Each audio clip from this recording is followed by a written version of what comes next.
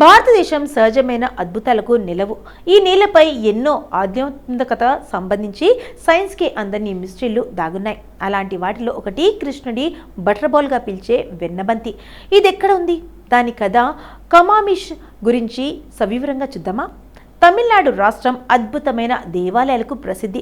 ఆ దేవాలయాల శిల్పకళా సంపద పర్యాటకులకు ఎంతగానో ఆకర్షిస్తాయి. ఆ రాష్ట్రానికి హృదయంగా పిలిచి మహాబలిపురం పురాతన శిల్పకళ, రాతి గుహలు, ఏకశిలా నిర్మాణాలకు ప్రసిద్ధిగాంచిన పట్టణం.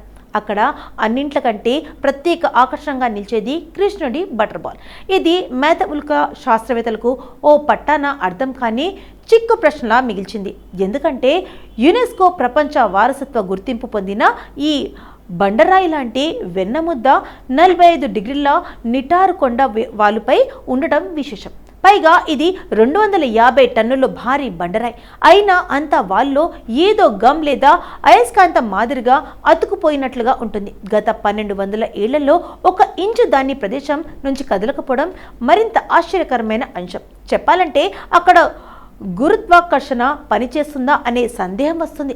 ఎందుకంటే అంత భారీ బండరాయి ఏటవాలుగా ఉన్నవైపు నుంచి అమాంతం పడిపోతుంది. కానీ ఇది మాత్రం ఏదో మ్యాజిక్ చేసినట్లుగా నిలబడి ఉంటుంది.